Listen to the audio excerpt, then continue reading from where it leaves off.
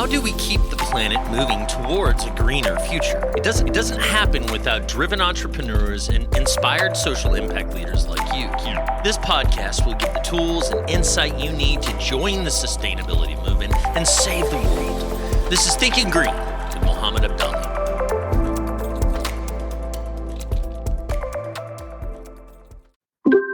Welcome back, Thinking Green Nation. Today, I have Bernardo Carreira. Is that how you pronounce it? Yeah, more or less. Bernardo Carreira. Portuguese name. It's tricky to say. So Bernardo is a really interesting entrepreneur. I'm very excited about our conversation today. Bernardo, tell me a little bit about yourself. You're based in Portugal, right? Yeah, I'm based in Portugal, and I split my time between our facility in Portugal, our factories in Portugal, our factories in China, and half of my time is in the US and California when we have some operations as well. So wow. Yeah. Man, I spent a little bit of time looking at 8,000 Kicks, and for our listeners, 8,000 Kicks is the world's first shoe brand made out of hemp and being waterproof. Is that correct, Bernardo? Yes, it is. Okay. All right. So I got that down. I am personally fascinated by hemp. Okay. I'm fascinated by sustainability. This show, a lot of it is about sustainable living and entrepreneurship and whatnot. So I want you to give our listeners an understanding, an idea of the value of hemp. Some of the incredible, I guess, qualities, characteristics of it, and what makes it so durable and sustainable, as well as the supply chain. I'm just kind of curious, like, where do you get hemp from? Is it allowed in certain areas, not allowed in others? What does that supply chain look like? Has it been difficult? Are there places where it's legal, where it's not legal? So I'm just really curious to dive into, the concept behind hemp, as well as the history of it. Yeah, it's a long question, to be honest. I could be talking about it for the next 2 hours. For it, man. We got okay, let me try to sum up the summary.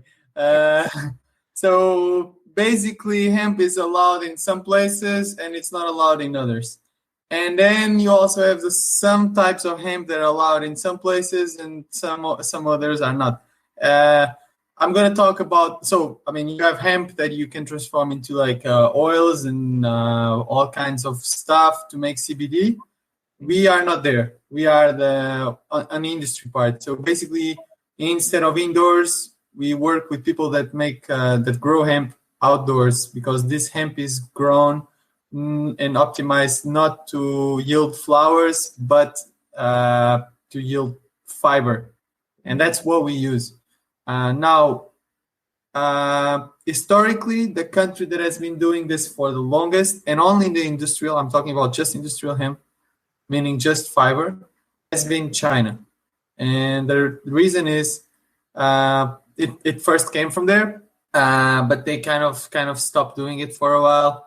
But back in the 60s, 70s, when the entire world stopped doing it because they were like, oh no, we're on drugs, hemp is not good, this is all cannabis, we all gonna die because this is all a drug and the planet is going to die. And then the Chinese were like, okay, if no one is doing it, let's just start doing it ourselves. Yeah. So everyone stopped doing it except China and maybe a few other countries like Nepal. And China started doing it. China has been growing massively as a country, so their hemp production has been growing as well. And now recently, 21st century, 2016, it got legalized with all this legalization in the US, even before that, Trump won the elections. And one of the things that Trump brought was that he completely said, okay, it's okay to farm hemp. You can do it. It's completely fine. Here in Europe, some countries got in the train before that, some others got after, and basically all countries start deregulating and just saying, okay, you can not deregulating, but allowing farmers to start harvesting and growing hemp for industrial purposes. So it got more and more and more and more and more. The thing is, you still have a few confused people around that denounce to the police, and sometimes the police comes and So there is still a lot of misinformation because people think these guys are growing marijuana and they're gonna smoke it all. But the thing is, right now we have a few countries that are starting to be very strong. I mean, China is strong in hemp. Then we have Romania, where we source a lot of our hemp from. We have Netherlands. We have Canada is growing. United States is growing, but still very delayed. So we like a lot of countries are starting to get on the train. And to be honest, that's it's still a long way to catch up with China, but it's a long process. Man, that is really, really interesting stuff, right? I mean, certain countries allowing it, certain other countries not, certain countries allowing certain types, right? Others not. China saying everything is allowed, right? No, not everything. China only allows industrial hemp. Industrial hemp, okay. Yeah. So I want to kind of segue into your story, right? So I did a little bit of researching. You've done, schooling in Portugal, and then some in China, some in the U.S. You've worked in some marketing roles. Like, what is it that attracted you to hemp? And to say, did you just wake up one day and say, I'm going to start the world's most sustainable hemp-based shoe brand? Or, walk me through that story.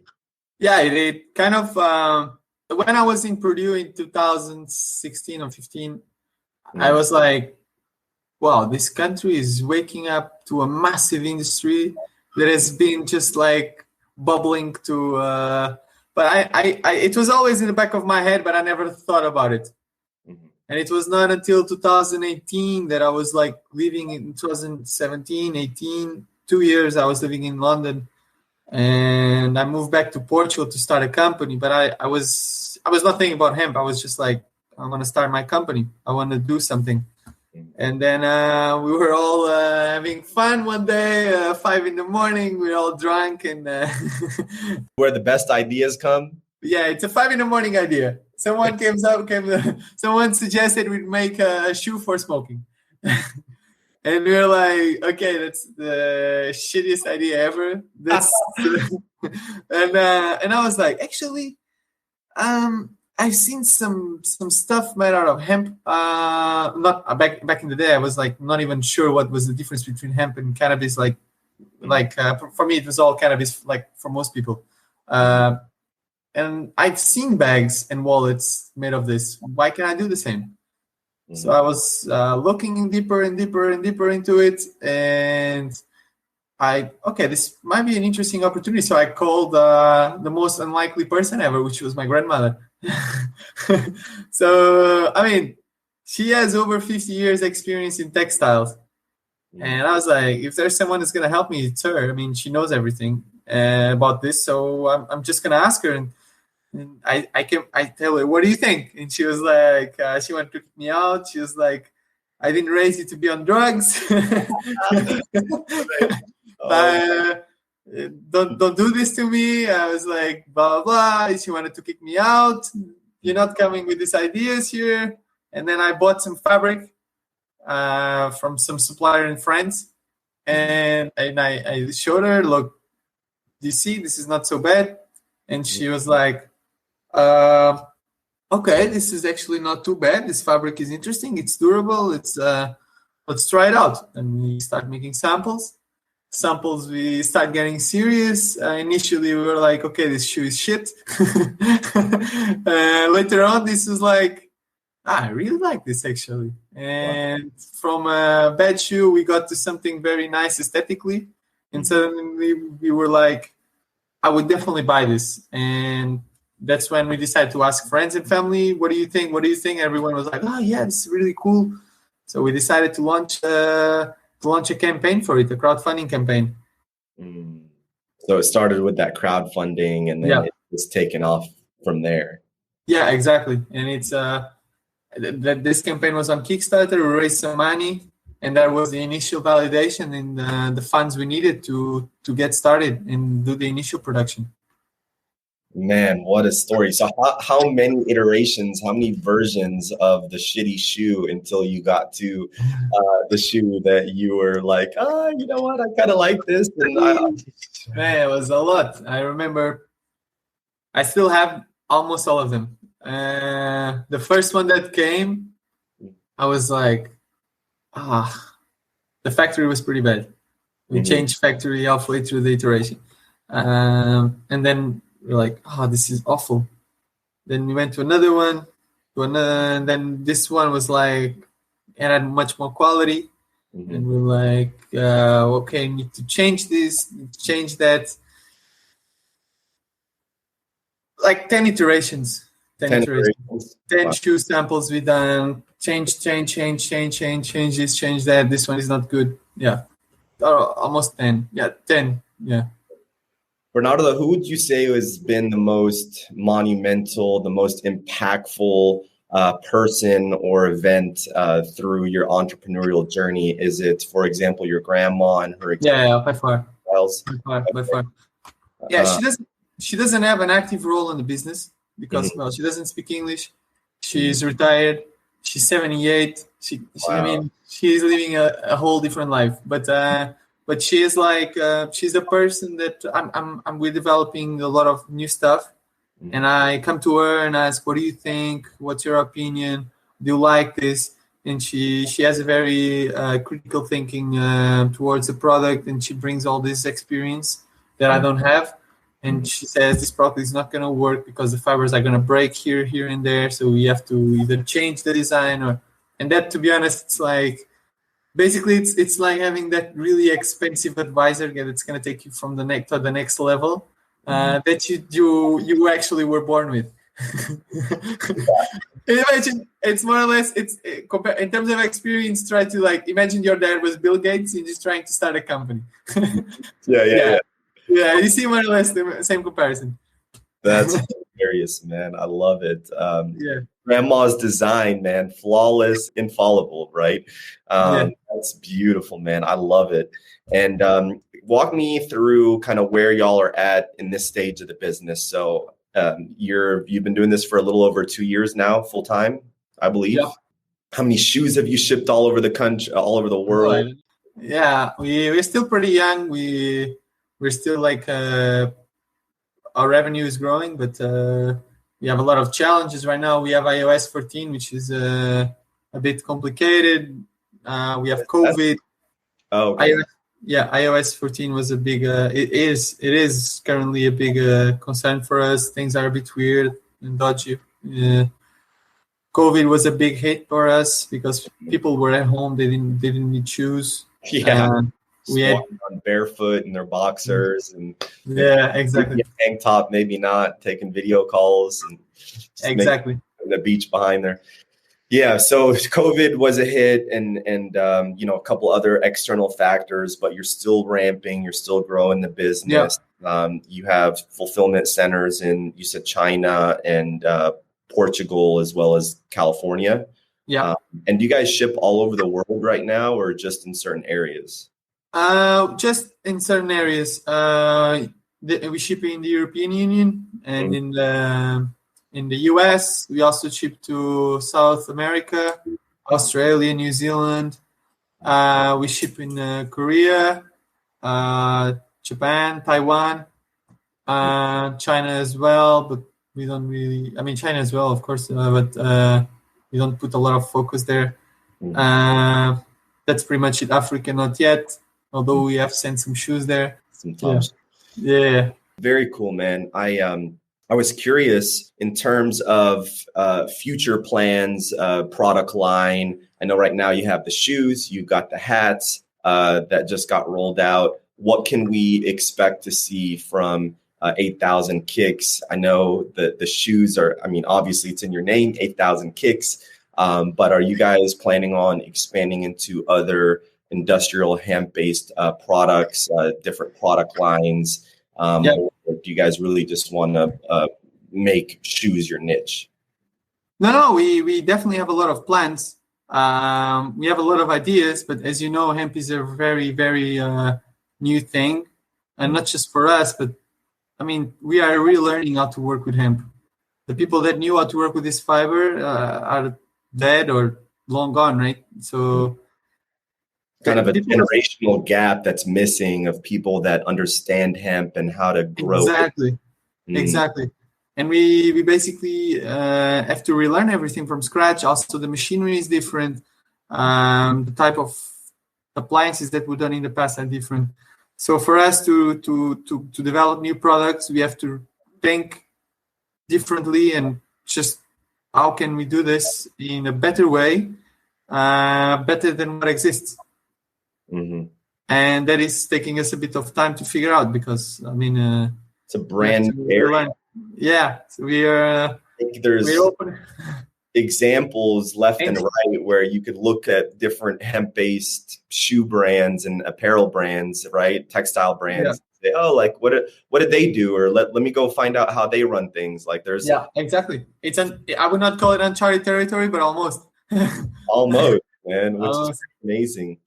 Bernardo, tell me how your background in marketing assisted your entrepreneurial journey. I'm one of those guys that didn't really have a marketing background. I was more like business development and sales. And I had to it really took me a long time to embrace, I would say, marketing and the value of it and how it can help you scale and grow a business. Walk me through how your experience and background in marketing maybe potentially helped you with 8,000 Kicks and being able to market it, brand it, and scale it. That is a good question. I would say that half of my knowledge was I gained on like, I would not call it studying, but during mostly do the acceleration programs that we've done.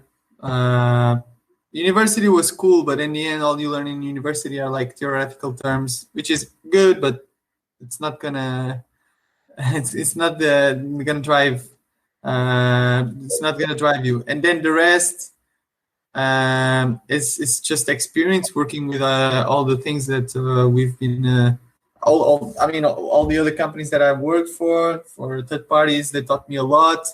And basically, every time we try to do something here, we have to do it differently. We have to fight for it. We have to do it better. And that just takes time and money and a lot of sweat, blood, and tears. And I guess every time we try to do things differently, we get amazing learnings from it. Mm-hmm. So that's pretty much it. As our good friend Nelson Mandela said, you either win or you learn, right? So there's no such thing as a loss, although it might feel like that in the early days when you're first getting your startup up and running. And so I prefer to quote Elon Musk on this. Given the odds, I prefer to win and learn at the same time. There you go. Even better, right?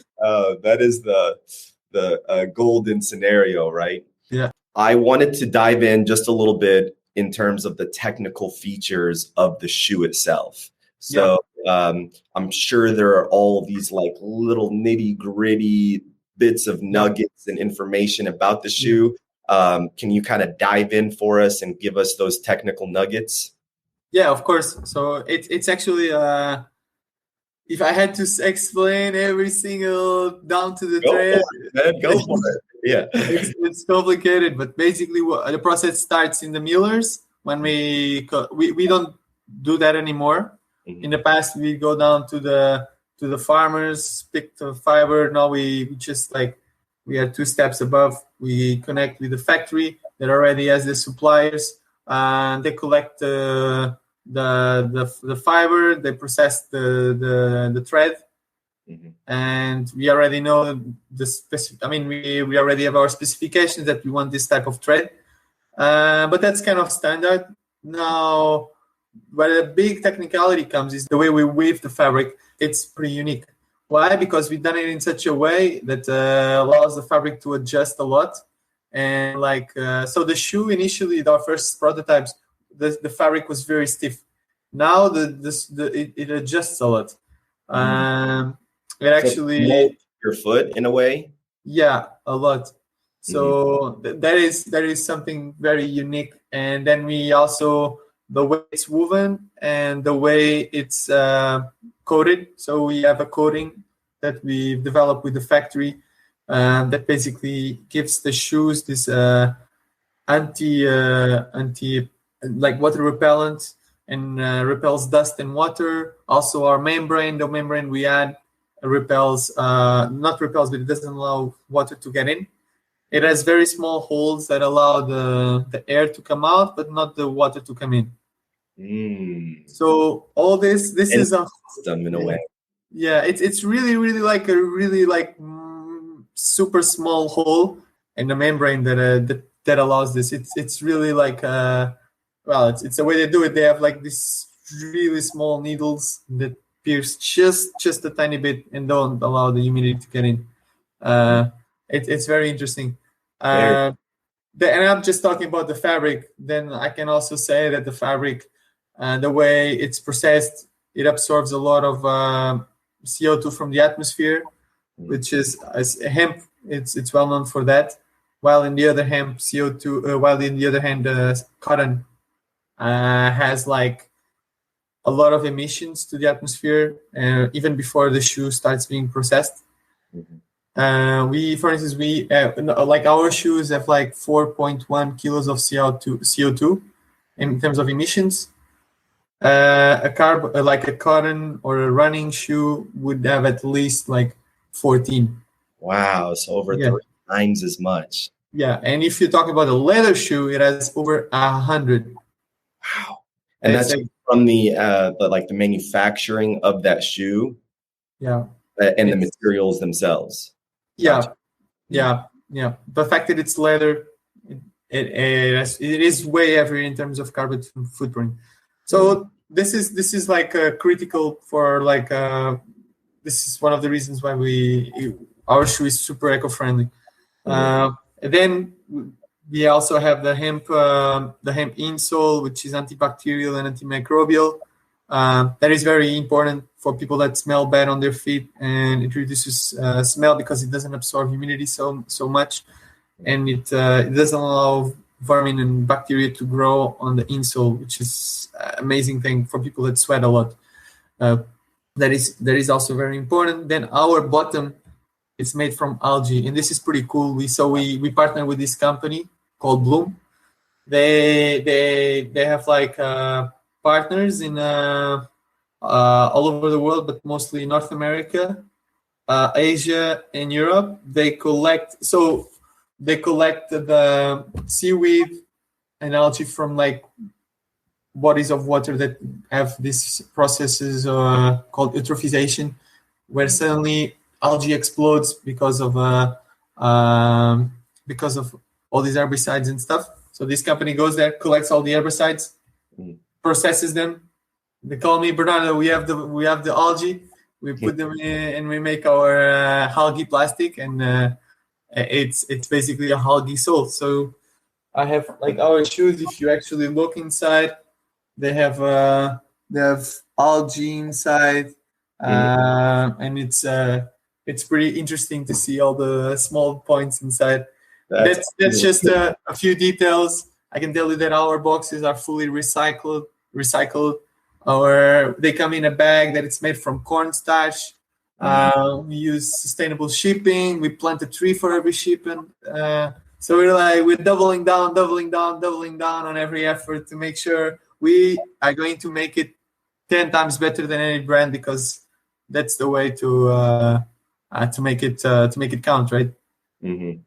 Man, Bernardo, I love it, man. I love it. The entire supply chain, it sounds like top to bottom, from grandma all the way to the algae, are eco-friendly, man. So it takes us a long time to get all this done, and that's why people complain all the time that, man, why are you bringing more shoes in? Man, it takes time. It takes time. Quality, you could be the Converse or whatever of the world and just manufacture as many products with little to no regard as far as the carbon footprint goes, or you could consciously step back and say, I want to be the world's first hemp-based, water resistant, completely eco-friendly supply chain apparel brand, right? And that's essentially, in my opinion, what you've successfully done, right? Obviously, you're in the beginning stages, but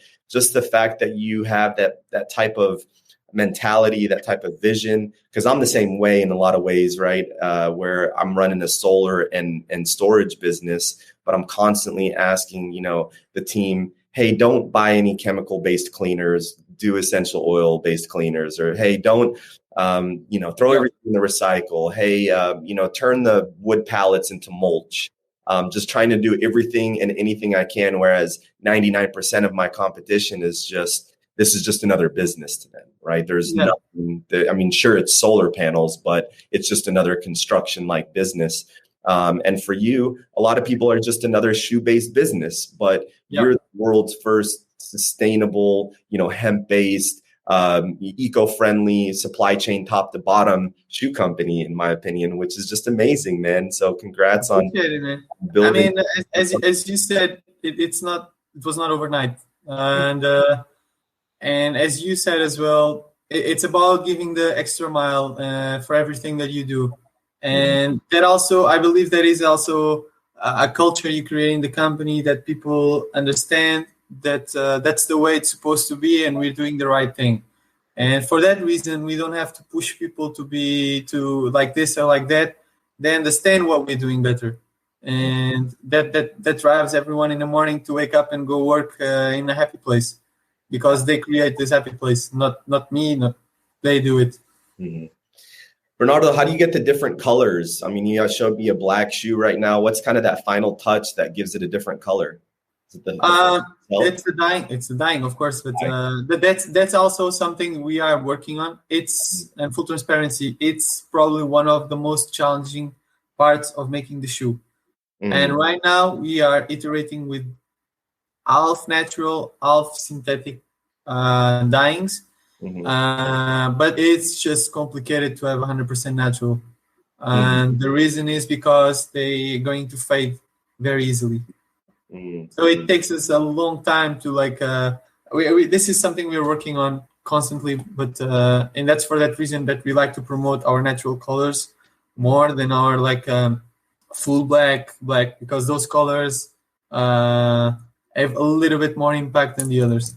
But still, it's something we are working on. It's very challenging, honestly, very, very challenging.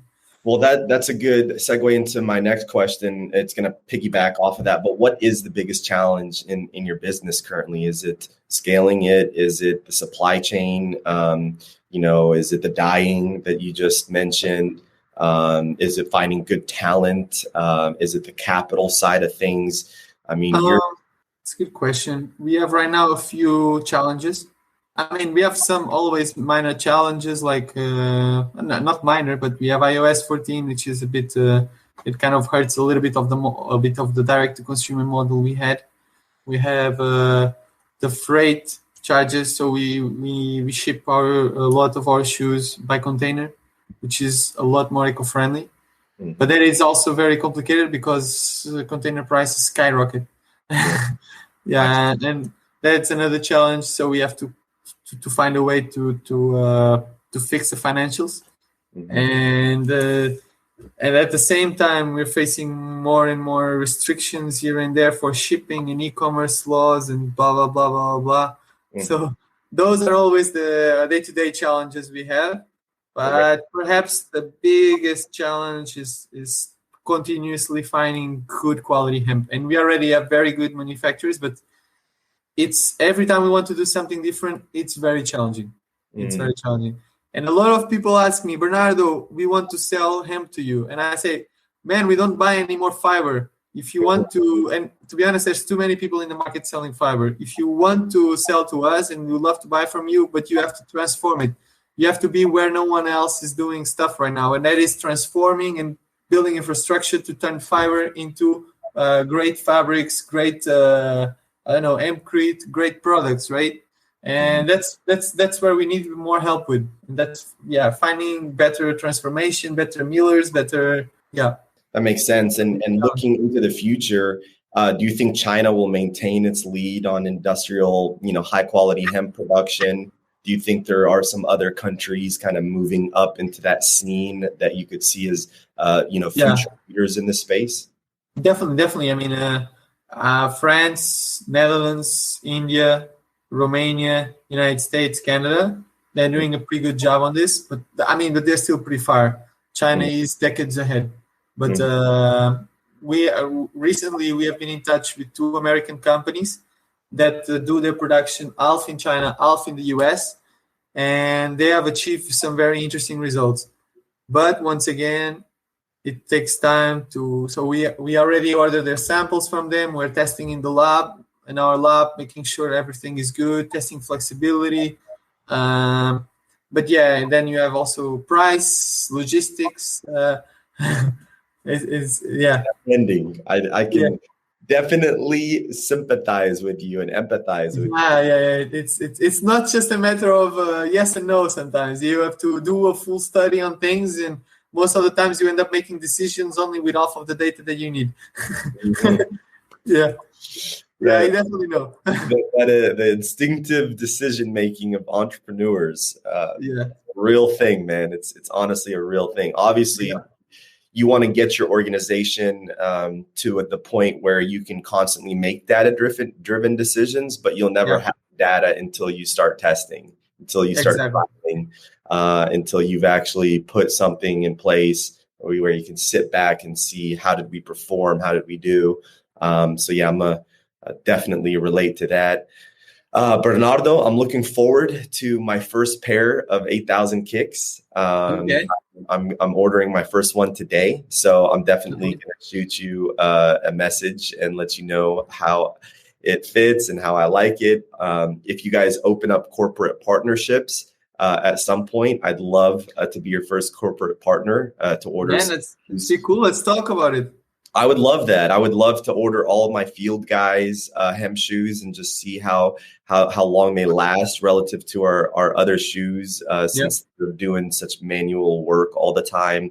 I'd love to get them to, my sales team and other folks that are constantly walking like trade shows and booths and stuff like that.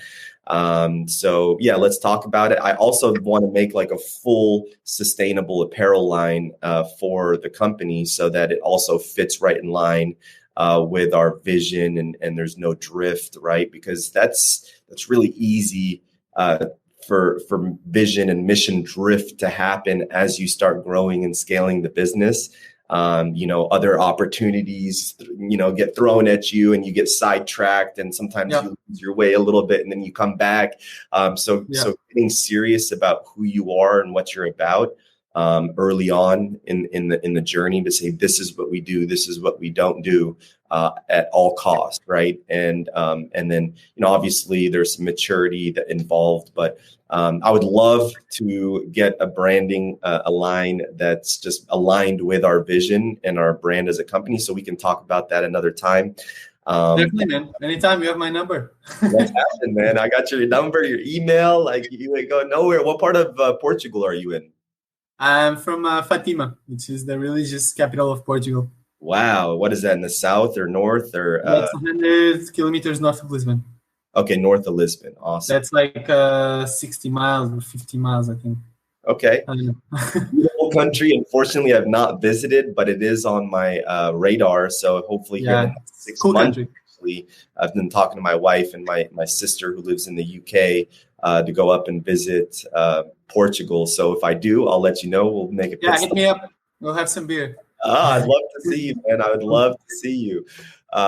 So thanks again, Mr. Bernardo, founder, CEO of 8,000 Kicks, for joining us this morning. Really, really, really educational, informational podcast about hemp, industrial hemp, and the future of hemp within the textile space. I really appreciate your time, expertise. Good luck with the rest of your journey, man. You're going to crush it. And I can't wait to get our first apparel line with Good Faith Energy from 8,000 Kicks.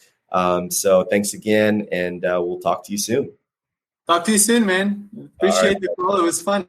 Disfruta y mucho gusto. I know I'm talking in Spanish, but muchas gracias por todo. Mi hermano, un abrazo grande. Bye-bye, Mohamed. Cheers. All right, ciao. Ciao.